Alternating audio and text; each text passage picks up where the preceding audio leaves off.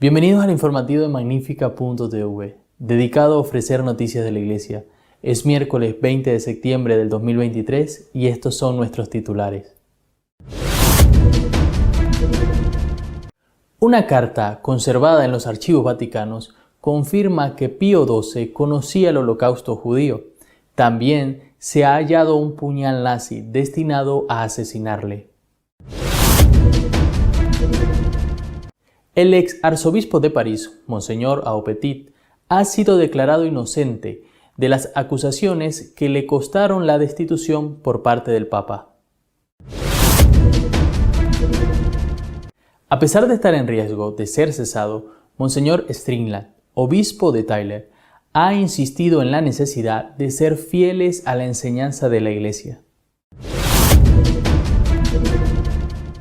El cardenal Arborelius ha pedido que en el sínodo se estudie el papel de la mujer en la Iglesia, pero ha rechazado que se le pueda admitir al diaconado.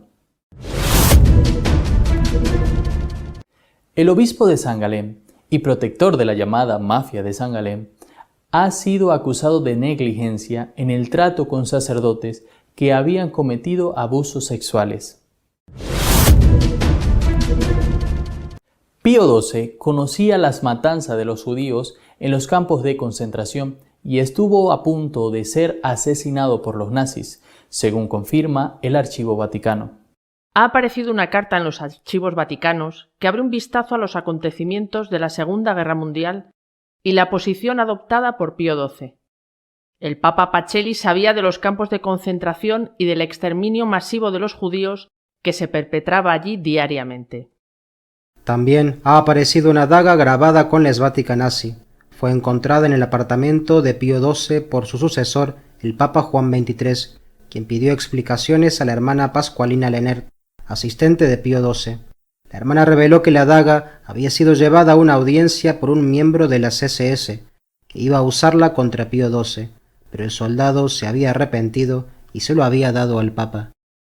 Otro descubrimiento está relacionado con la protección a los judíos ordenada por Pío XII. Se trata de la lista de los que fueron protegidos de la persecución nazi en Roma gracias a las instituciones eclesiásticas de la capital que les ofrecieron refugio. Fueron 100 las congregaciones femeninas y 55 masculinas involucradas. Protegieron a más de 4.300 personas, de las cuales 3.600 están identificadas por su nombre. De estas, 3.200 son con certeza judíos. Roma fue ocupada por los nazis durante 9 meses, desde el 10 de septiembre de 1943 hasta que las fuerzas aliadas liberaron la ciudad el 4 de junio de 1944. Durante ese tiempo, la persecución de los judíos llevó a la deportación y asesinato de casi 2.000 personas, entre ellas cientos de niños y adolescentes, de una comunidad de entre 10.000 y 15.000 personas. Acusado de abusos y destituido por ellos, ahora ha sido declarado inocente. Se trata de Monseñor Aupetit, ex arzobispo de París. El ex arzobispo de París, Michel Aupetit, fue absuelto por los tribunales en el marco de la investigación preliminar abierta en 2022 tras un informe de la diócesis de París. El proceso por agresión sexual fue sobreseído el jueves 14 de septiembre. Fiscalía de París indicó que el sobreseimiento del procedimiento se produce en audiencia de delito. El informe presentado por la diócesis de París se refiere a intercambios escritos que Monseñor Aupetit mantuvo con una feligresa. Según Jean Reynard, abogado de Michel Aupetit, nunca hubo ambigüedades ni gestos inadecuados por parte de su cliente, y se mostró confiado desde la apertura de la investigación. Puede seguir actuando en su misión pastoral sin que a partir de ahora haya ninguna dificultad, afirmó su abogado. Monseñor Aupetit fue nombrado arzobispo de París en diciembre de 2017. Presentó su dimisión a finales de noviembre de 2021 al Papa Francisco. Este último lo aceptó inmediatamente, después de que varios periódicos le atribuyeran una relación sentimental con otra mujer, que él había negado categóricamente. Monseñor Aupetit se instala en una antigua abadía después de su dimisión. El Papa mismo reconoció que le había destituido debido a las presiones mediáticas. Por esto acepté su dimisión, afirmó, no en el altar de la verdad, sino en el altar de la hipocresía. Monseñor Strickland ha insistido en la necesidad de ser fieles a la enseñanza de siempre de la Iglesia, sobre todo en lo concerniente a la comunión en gracia. Monseñor Strickland, obispo de Tyler, Texas, que está siendo objeto de rumores en el sentido de que la Santa Sede va a solicitar su renuncia, sigue empeñado en defender la fe católica en contra de los errores que hoy la acechan, en una tarea que apenas tiene parangón en el resto del episcopado mundial. Su última carta pastoral trata sobre la Eucaristía y la obligatoriedad de no estar en pecado mortal para comulgar. Tras explicar el dogma eucarístico, se centró en refutar el mayor ataque que está recibiendo dicho sacramento desde dentro de la propia Iglesia, la necesidad de estar en gracia de Dios para comulgar. Según la enseñanza de la Iglesia, en la que insiste el obispo, debemos asegurarnos de que cualquier pecado mortal, del que seamos conscientes, haya sido confesado sacramentalmente antes de recibir la Sagrada Comunión. Pecado mortal, dice en su carta, es todo pecado cuya materia sea grave, y que haya sido cometido voluntariamente y con pleno conocimiento de su gravedad. Estos asuntos graves incluyen asesinato, recibir o participar en abortos, actos homosexuales, relaciones sexuales fuera del matrimonio o en un matrimonio inválido, participar deliberadamente en pensamientos impuros, el uso de anticonceptivos, etc. Si intencionalmente vivimos de una manera contraria a las enseñanzas de la fe católica y nos aferramos obstinadamente a creencias que contradicen la verdad que enseña la Iglesia, nos colocamos en un estado de grave peligro espiritual. Podemos consolarnos de que esto puede remediarse, ya que la abundante misericordia de Dios siempre está disponible para nosotros, pero debemos arrepentirnos humildemente y confesar nuestros pecados para recibir su perdón, añadió. Debemos tener claro, sigue diciendo, que la Iglesia no puede ofrecer la Sagrada Comunión a una persona si esa persona participa activamente en una relación del mismo sexo, o si una persona no vive según el sexo para el que Dios le formó en el momento de su concepción y nacimiento. Además, quiero dejar claro que la Iglesia nunca ha tolerado ni tolerará la recepción de la Eucaristía por parte de un católico que persista en una unión adúltera.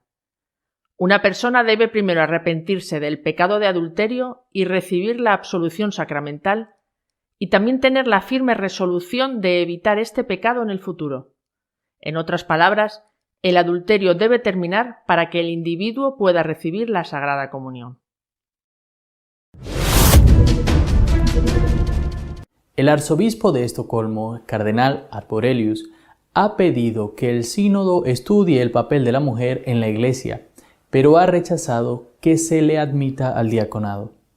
El cardenal Arborelius, la figura más destacada de la Iglesia en Escandinavia, espera que el papel de las mujeres en la misión de la Iglesia sea un punto importante en el próximo sínodo sobre sinodalidad, pero advierte que el debate puede estancarse en la cuestión ya resuelta de si la Iglesia puede ordenar a las mujeres.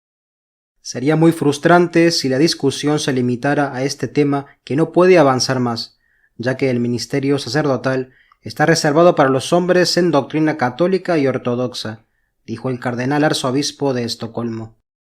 Arborelius, quien se convirtió en el primer cardenal de la historia de Escandinavia en 2017 y fue nombrado miembro del Dicasterio para los Obispos del Vaticano en 2022, será uno de los más de 360 participantes con derecho a voto en el Sínodo de octubre. Aunque los organizadores del sínodo han insistido en que el evento no se trata de cambiar la doctrina, el Instrumentum Laboris del evento pregunta explícitamente si es posible concebir la cuestión de la inclusión de las mujeres en el diaconado.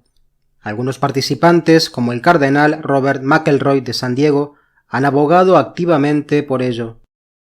Es de suma importancia encontrar más oportunidades para que las mujeres participen en la obra de evangelización en varios niveles, dijo Arborelius.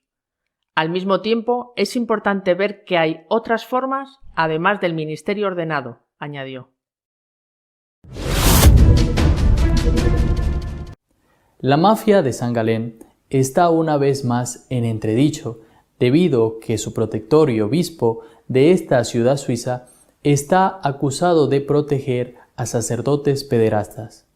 El día después de la presentación de un extenso estudio sobre abusos en el entorno de la Iglesia Católica Romana de Suiza, que reveló más de 1000 casos, varios obispos han reaccionado haciendo declaraciones públicas.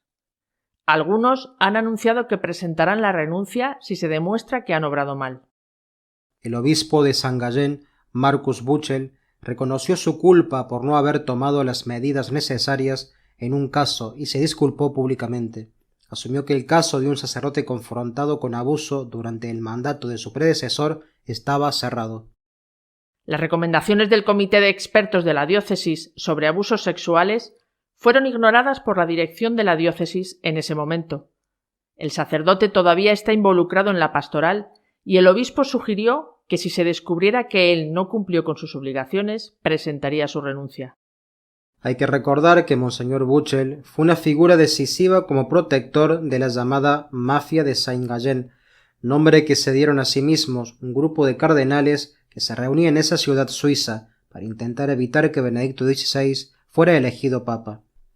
Buchel era el decano del capítulo catedralicio en esa época, antes de ser elegido obispo de la ciudad. El que dio el título al grupo de cardenales fue uno de sus miembros, el arzobispo de Bruselas, cardenal Daniels, que también se vio implicado en un caso de protección a un obispo que había abusado de uno de sus sobrinos. Aunque esto se demostró, Daniels no dimitió.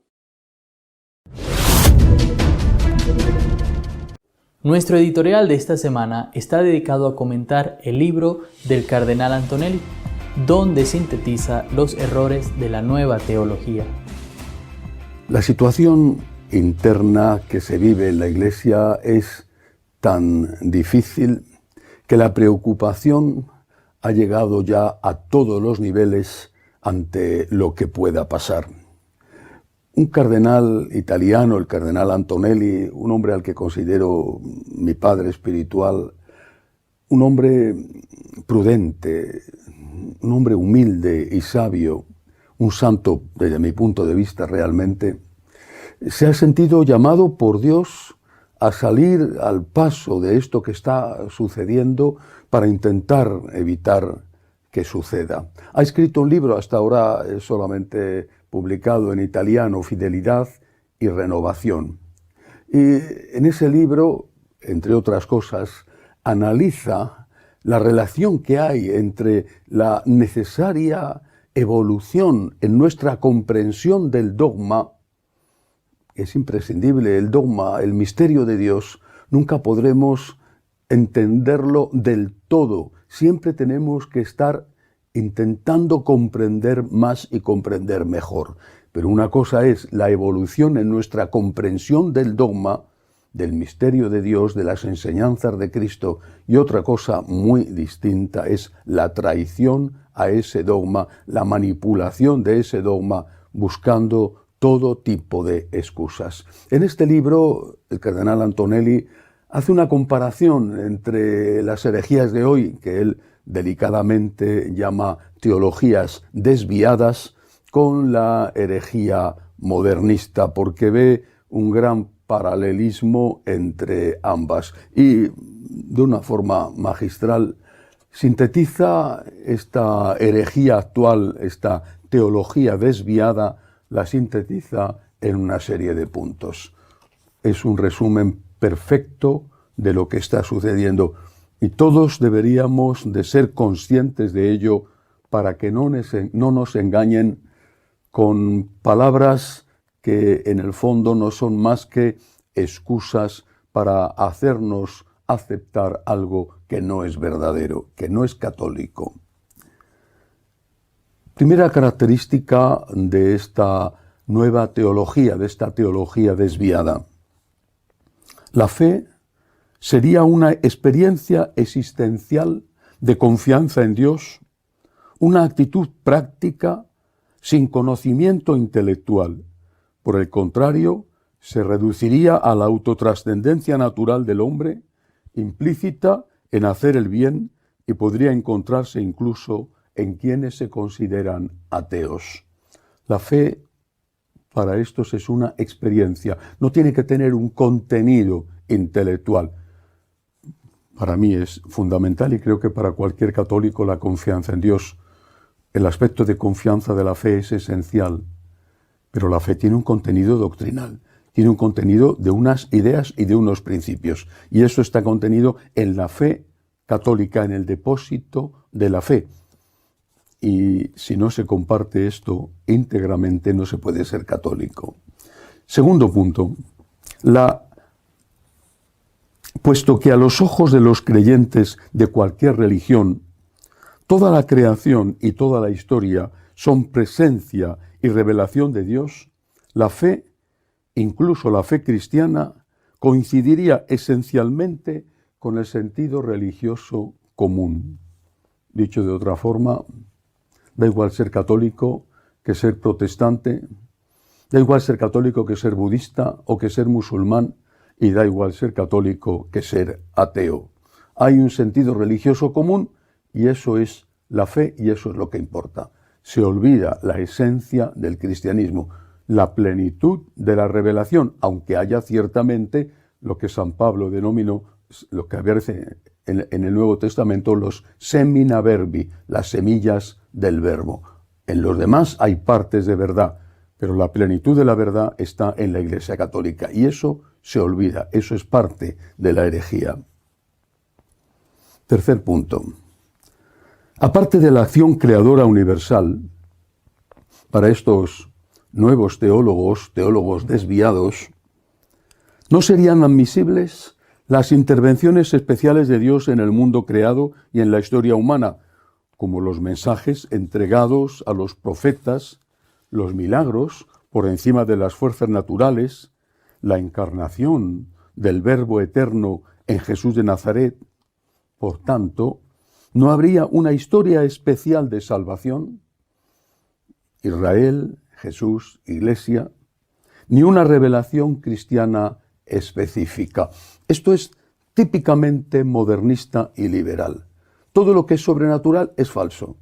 Es que lo primero que es sobrenatural, lo señala el cardenal Antonelli, es la encarnación del Hijo de Dios.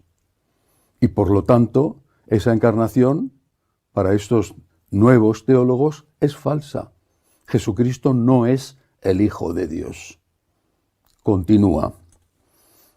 Para estos nuevos teólogos, Jesús de Nazaret no sería verdadero Dios y verdadero hombre, sino solo un hombre extraordinario. El perfecto creyente en Dios no sería el Salvador universal, sino solo el testigo más autorizado de la voluntad salvífica de Dios hacia todos los hombres.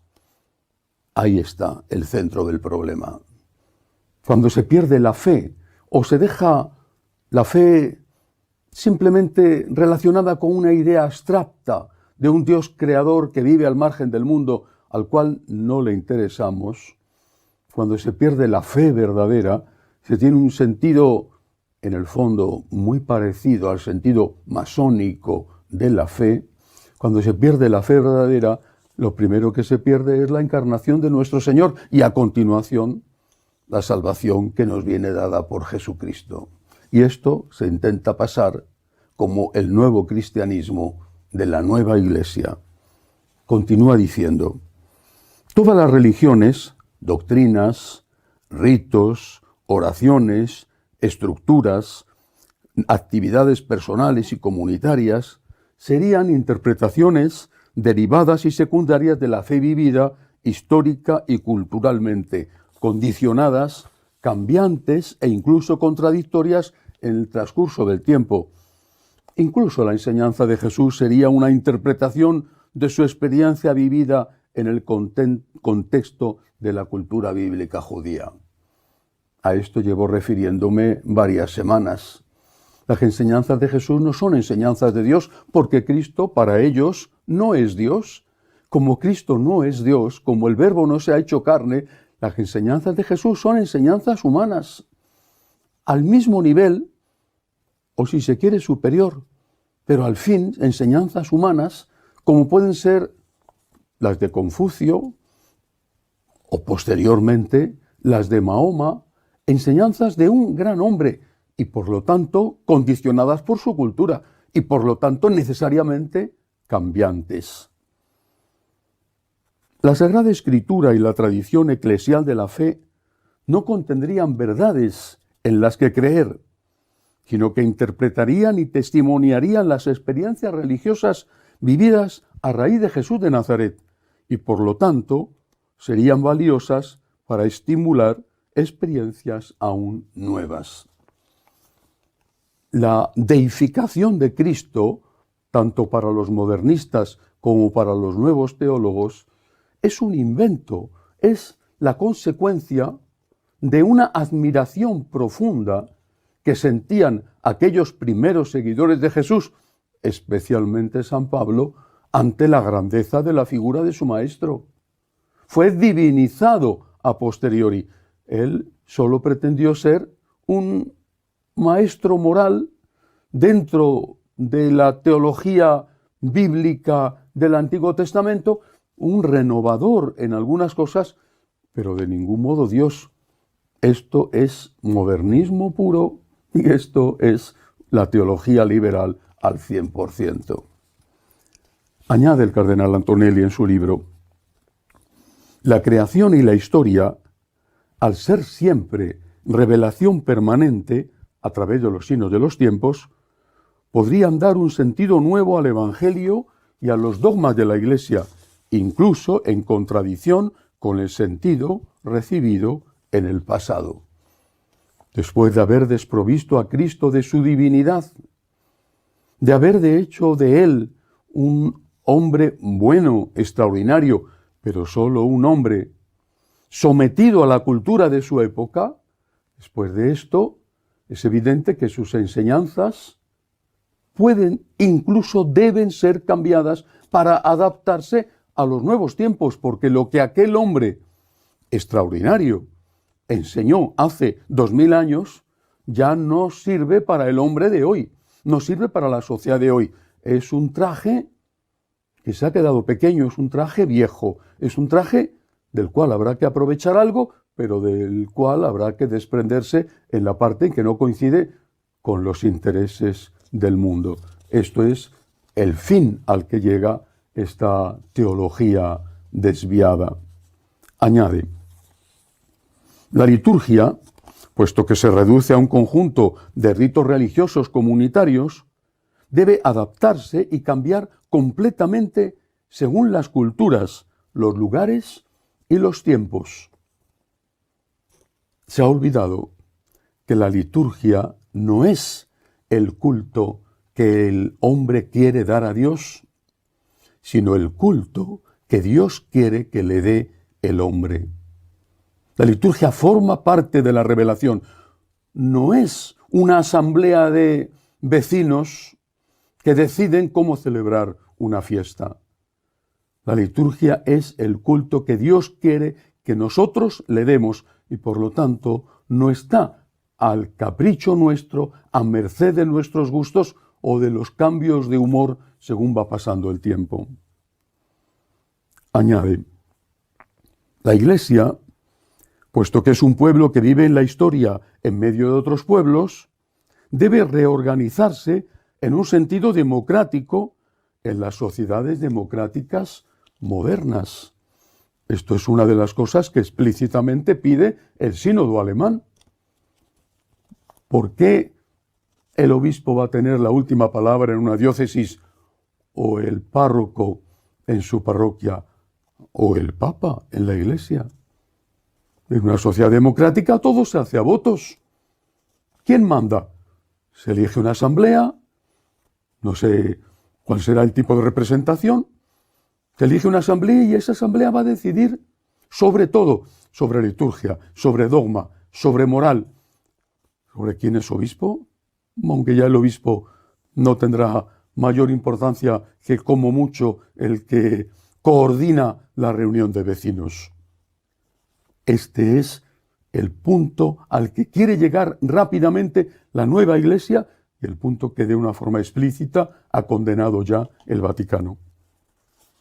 Último punto.